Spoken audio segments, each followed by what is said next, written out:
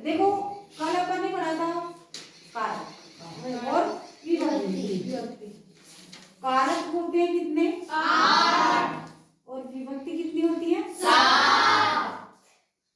अब हमारे दिमाग में एक प्रश्न आ सकता है कि कारक 8 होते हैं, विभक्तियां 7 होती है, तो 8वें कारक में कौन सी विभक्ति आएगी? कौन सी आएगी? प्रथमा विभक्ति ही आती है। और प्रथमा विभक्ति के साथ में संबोधन सूचक शब्द लग जाते हैं, जैसे हे, अरे, ओ, हे राम है, हे रामो, हे राम। बिल्कुल पहले प्रथमा विभक्ति और संबोधन सूचक शब्द लग जाते हैं। आप देखो जैसे हमने कारक में चिन्ह पढ़ लिए थे, कर्ता ने, कर्म को, करण से, संप्रदान के लिए, अपादान से, संबंध का के की, अधिकरण में पर। लेकिन कई बार क्या होता है, कुछ वाक्य ऐसे होते हैं जिनमें चिन्ह तो आ रहा है, लेकिन उस चिन्ह के हिसाब से हम विभक्ति का प्रयोग नहीं कर सकते। हमें दूसरी विभक्ति का, अलग विभक्ति का प्रयोग करना पड़ता है। क्यों? इसके लिए अलग नियम बने हुए हैं, कुछ नियम अलग बने हुए हैं, वो हम अब पढ़ेंगे। जैसे कर्ता कारक के लिए तो साफ है कि कर्ता कारक में तो हमेशा प्रथमा विभक्ति ही प्रयुक्त होती है। कर्ता कारक के लिए अलग से कोई नियम नहीं है, कर्ता कारक में हमेशा प्रथमा विभक्ति का ही प्रयोग होता है। लेकिन दूसरा क्या है? दूसरा कारक कौन सा है? कर्म कारक। कौन सा है? कर्म कारक। और कर्म कारक में द्वितीय विभक्ति का प्रयोग होता है।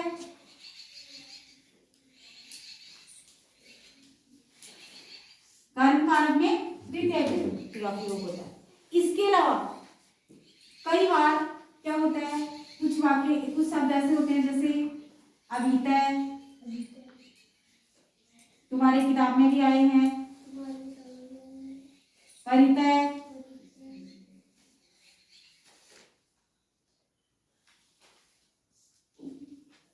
उभयतय। कौन कौन से शब्द हैं? अभितय, परितय, उभयतय। अभितय का मतलब दोनों ओर, परितय का मतलब चारों ओर, और उभयता का मतलब भी दोनों ओर।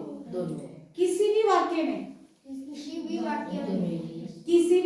में ये शब्द आ जाए तो वहां द्वितीय विभक्ति का ही प्रयोग होगा। जैसे उदाहरण के लिए हम कहें कि विद्यालय के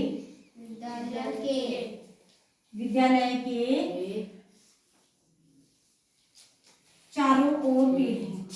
चारों ओर पेड़ हैं।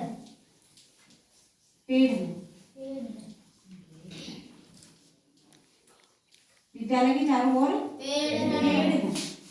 तो ये चारों, विद्यालय के चारों ओर, अब चारों ओर के लिए संस्कृत में क्या लिखते हैं? परितः। क्या लिखेंगे? अगर ये कहें कि विद्यालय के दोनों ओर पेड़ है तो अभितय, ठीक है ना?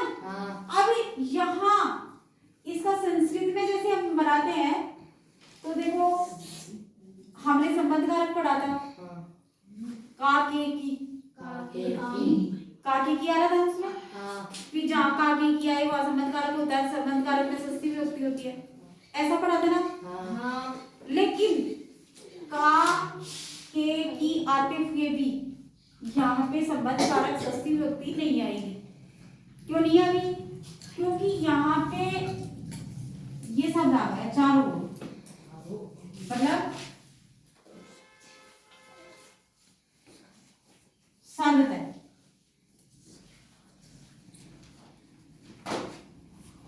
सर्वतः आ गया ना? सर्वतः शब्द आ गया संस्कृत में इसके लिए।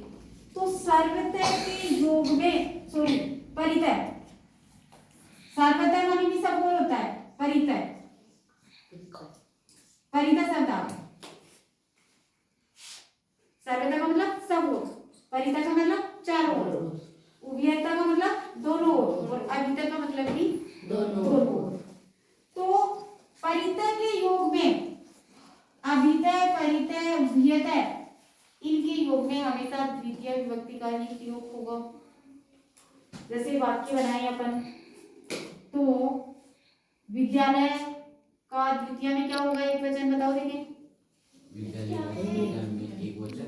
हाँ, विद्यालय। राम के जैसे बोल के देखो, रामे रामौ रामः, रामम रामौ रामः। तो विद्यालयम, क्या लिखेंगे यहाँ पे, विद्यालयम, विद्यालयम, विद्यालयम। परितः, परितः आ जाएगा। और वृक्ष के लिए बहुवचन में क्या जाएगा, पेड़ के लिए बहुवचन में, एक पेड़ की बात हो तो वृक्ष है, और बहुत सारे पेड़ है तो क्या लिखेंगे यहाँ पे, वृक्षः और सन्ति। कि विद्यालयम परितः वृक्षा सन्ति, कि विद्यालय के चारों ओर पेड़ हैं। समझ गए। इसके अलावा और भी शब्द हैं। हाँ, धिक, हाँ, धिक, प्रति,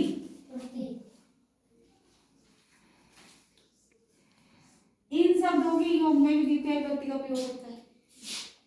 इन शब्दों के योग में भी द्वितीय विभक्ति का प्रयोग होता है। हाँ, जैसे अपन कई बार दुख प्रकट करते ना, धिक, जैसे कोई गलत काम है करता है तो उसको हम कहते हैं धिक्कार है उसको, तो वहां पे।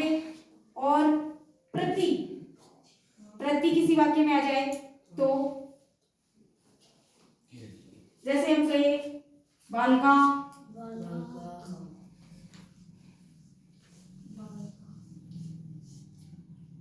गृहम, गृहम, प्रति, गच्छति, गच्छन्ति, गच्छन्ति।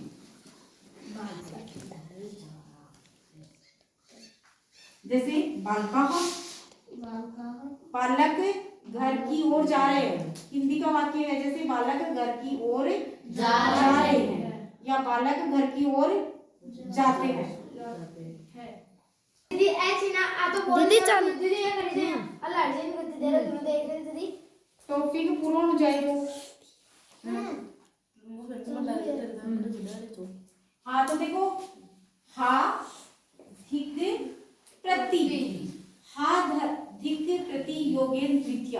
जैसे एक नियम है संस्कृत का, हा धिक प्रति योगेन द्वितीय, मतलब हा शब्द आ जाए, धिक शब्द आ जाए या प्रति शब्द आ जाए तो वहां पे द्वितीय विभक्ति का प्रयोग होता है। जैसे हिंदी का वाक्य है कि बालक घर की ओर जाते हैं या बालक घर की ओर जा रहे हैं, इसको संस्कृत में हम बनाते हैं तो बालक का बहुवचन क्या हो गया, बालकाः। बालक का बहुवचन क्या हो जाएगा, बालकौ, बालकाः। गृहम, घर के लिए क्या कहेंगे, गृहम, प्रति, अब गच्छन्ति। अब घर की बोलते हैं जब तो की आ रहा है, की आ रहा है ना, और की आ रहा है तो अपन ने क्या पढ़ा था, का के की षष्ठी विभक्ति आती है, यही पढ़ा था ना, का के की में षष्ठी आएगी, लेकिन षष्ठी नहीं आ रही है यहाँ पे, कौन सी आ रही है, द्वितीय आएगी। द्वितीय क्यों आएगी, क्योंकि यहाँ पे प्रति ही आ गया, प्रति मतलब के, प्रति आने की वजह से यहाँ द्वितीय विभक्ति का ही प्रयोग होगा। ऐसे ही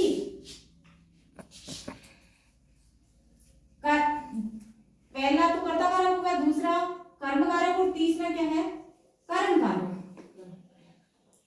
क्या है, कारण कारक। कारण कारक में हमने पढ़ा था से आता है, क्या आता है? से। और वो भी आता है द्वारा के अर्थ में। किसके अर्थ में? द्वारा के अर्थ में। लेकिन लेकिन कई बार क्या होता है कि से के हिसाब से अपन विभक्ति का प्रयोग नहीं करके अलग तरीके से करते हैं। जैसे राम के साथ सीता जाती है, एक वाक्य है राम के साथ सीता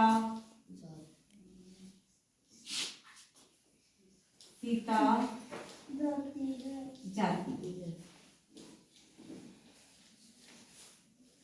ये वाक्य है हिंदी में। अब राम के काटेगी के हिसाब से सस्ती आनी चाहिए ना, लेकिन सस्ती नहीं है। इसका नियम क्या है? से, साकम, सार्धम। कौन कौन से शब्द है? से है, से मानी सात, साकम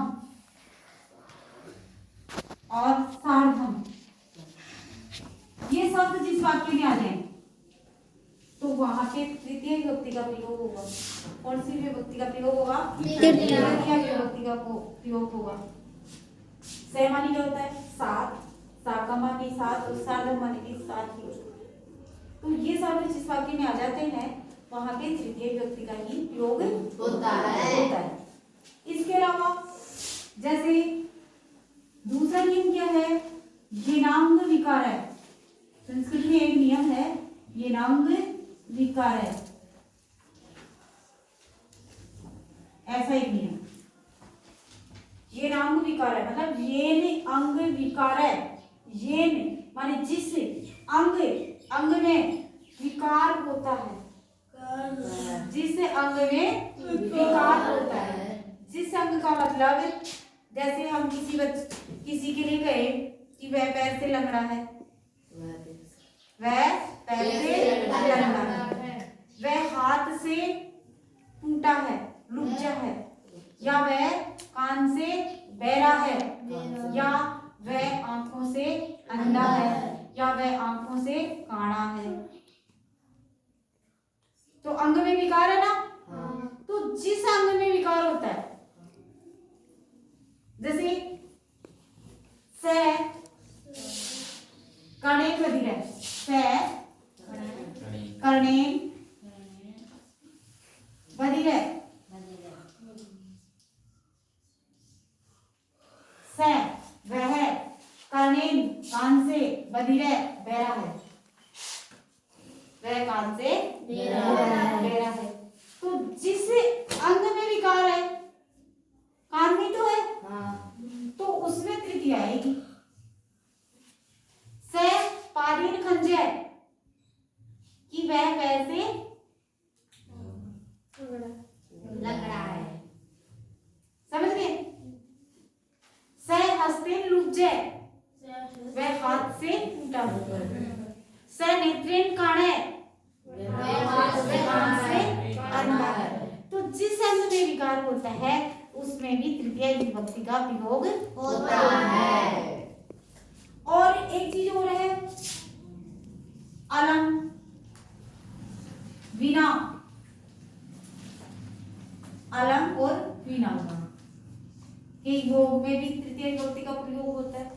अलम विना योगेन तृतीय। अलम और विना विभक्ति, जैसे विना शब्द जहाँ पे जिस वाक्य में आ जाए वहां भी तृतीय विभक्ति का प्रयोग होता है। जैसे अलम मानी कई बार कहते हैं ना, अलम रुदितेन, अलम रुदितेन, रो मत। कई बार कोई रो रहा है, हम उसको रोक रहे हैं, तो अलम रुदितेन। अलम विवादेन, कोई लड़ाई झगड़ा कर रहा है तो हम कैसे कहते हैं ना कई बार अलम विवादेन कि विवाद मत करो, रोक रहे हो। तो वहां पे भी तृतीय विभक्ति का प्रयोग होगा। बिना कि मैं उसके बिना ऐसा नहीं कर सकता, तो बिना के योग में भी तृतीय विभक्ति का प्रयोग होता है। इससे आगे हम बाद में पढ़ेंगे।